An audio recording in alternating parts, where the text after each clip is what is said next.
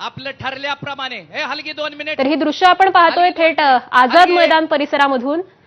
आज आंदोलनाचा चौथा दिवस आहे आणि मोठ्या संख्येनं आंदोलकांचा ओघ हा आपल्याला अधिकाधिक वाढतानाच दिसतोय. थांबवा हलगी.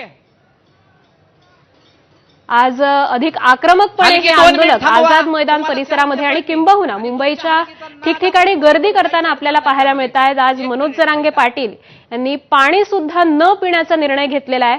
त्यामुळे त्यांना पाठिंबा देण्यासाठी अत्यंत आक्रमकपणे हे आंदोलक आझाद मैदान परिसरामध्ये आपलं ठरल्याप्रमाणे गर्दी करून आहेत.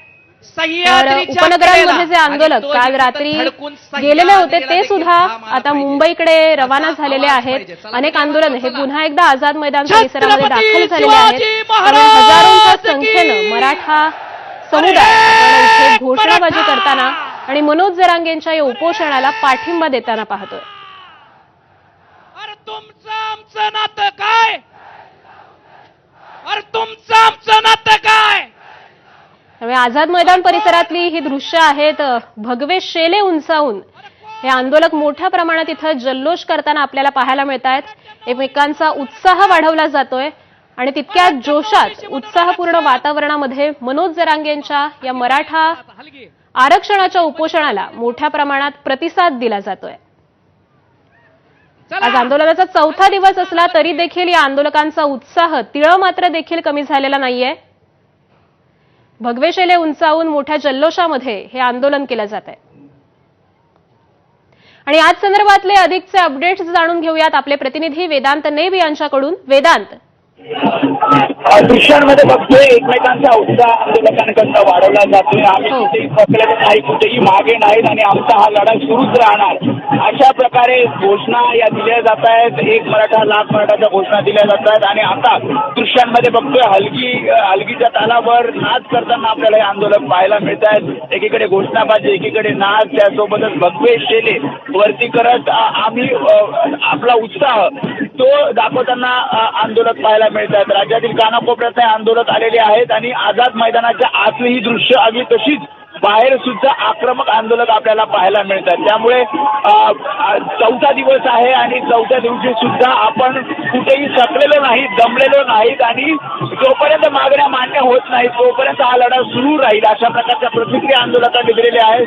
आणि त्यामुळे एकमेकांचा उत्साह वाढवण्यासाठी घोषणाबाजी आणि इथे बघतोय स्पीकरवर काही गाणे लागलेले आहेत यावर नाच या आंदोलकांचा सुरू आहे. आकांक्षा, नक्कीच वेदांत, हा जल्लोष आम्ही पाहतोय परंतु आज मुंबईमध्ये ठिकठिकाणी या आंदोलकांनी गर्दी केलेली आहे आणि आंदोलक कुठेतरी आक्रमक झाल्याचं देखील आपल्याला पाहायला मिळतंय, ज्याचा त्रास हा सामान्य मुंबईकरांना होतोय. आज चौथा दिवस आहे आणि चौथ्या दिवशी आपण बघतोय अनेकांना गैरसोय होते कारण गावाहून हे सगळे आलेले आहेत आणि त्यामुळे तातडीनं सरकारने निर्णय घ्यावा अशी त्यांची मागणी आहे. मात्र सरकारकडनं अजूनही कोणीही प्रतिनिधी त्यांच्याकडे आला नाही आणि त्यामुळे आक्रमक झालेले आंदोलक आपण बघतोय. मनोज जरांगे पाटील यांनी कडक उपोषण सुरू केलेलं आहे.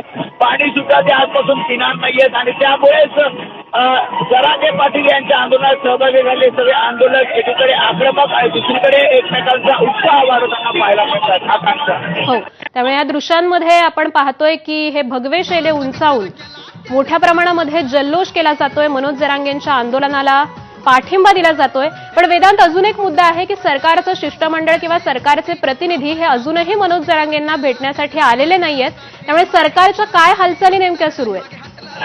आपण बघितलं निवृत्त न्यायाधीश दिलीप शिंदे यांची शिंदे समिती या सगळ्या याचा अभ्यास करते की कशा प्रकारे या मागण्यांचा विचार ते करतायत. शिवाय कशा प्रकारे आरक्षण दिलं जाईल या संदर्भात सुद्धा मुद्दे ते मराठा आरक्षण उपसमिती समोर मांडतायत. त्यांचं एक शिष्टमंडळ यांनी भेट घेतली. मात्र सरकारच्या वतीनं कोणीही लोकप्रतिनिधी किंवा सरकारमधील कोणीही मंत्री अद्याप इथे आलेला नाहीये. कदाचित रूपरेषा ठरल्यानंतर किंवा पुढे कोणता निर्णय घ्यायचा या ठरल्यानंतर हे सगळे प्रतिनिधी हे इथे येतील असं कळतंय. मात्र सध्या तरी कोणीही सरकारकडनं आले नाहीत आणि त्यामुळेच एक रोष, एक आक्रोश आपल्याला या सगळ्या आंदोलकांचा बाहेर म्हणजे आझाद मैदानाच्या बाहेर आणि आतमध्ये पाहायला मिळतोय. मात्र एकीकडे आक्रमक प्रतिक्रिया तर दुसरीकडे एकमेकांचा उत्साह वाढवायचा असं ठरवत हे आंदोलन आता पुढे जात आहे. अगदी हे मराठ्यांचं आंदोलन नक्कीच पुढे जात आहे. पण वेदांत, दुसरीकडे ओबीसी समाज देखील आक्रमक झालेला आहे. भुजबळांनी आजच बैठक बोलावलेली आहे. त्यामुळे संपूर्ण महाराष्ट्रातच हे आंदोलनाचा सत्र आता सुरू झालेलं आपल्याला पाहायला मिळतंय.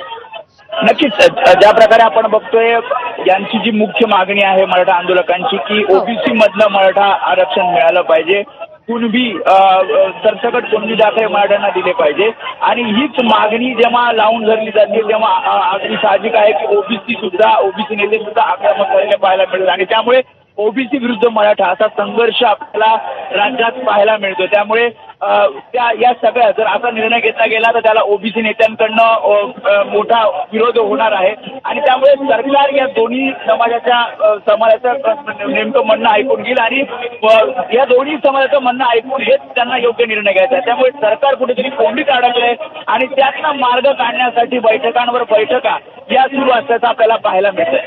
अगदी सरकार यामुळे नक्कीच कोंडीत सापडलेलं आहे. यामध्ये अजून एक मुद्दा आहे की न्यायालयानं देखील जे 2 निकाल दिलेले आहेत त्यामुळे या सरकारचा पेच अधिकाधिक वाढताना दिसतोय. ज्या प्रकारे सरसकट मराठा समाज हा कुणबी होऊ शकत नाही अशा प्रकारे याआधी कोर्टाने निर्देश दिले होते आणि त्यामुळेच सरसकट हा शब्द हा काढून पर्याय नेमका काय असणार, म्हणजे या मागण्या मान्य करायच्या आहेत ना तर मग पर्याय काय, या सगळ्या संबंधित विचार सरकारी पातळीवर सुरू आहे. मराठा आरक्षण उपसमिती सुद्धा बैठका घेत अगदी महाधिवक्त्यांचं म्हणणं असेल किंवा मग शिंदे समितीचं म्हणणं असेल हे ऐकून मुख्यमंत्र्यांना या सगळ्यांचा तपशील देत आहे. मुख्यमंत्री सुद्धा अगदी धन्यवाद वेदांत या माहितीसाठी. तर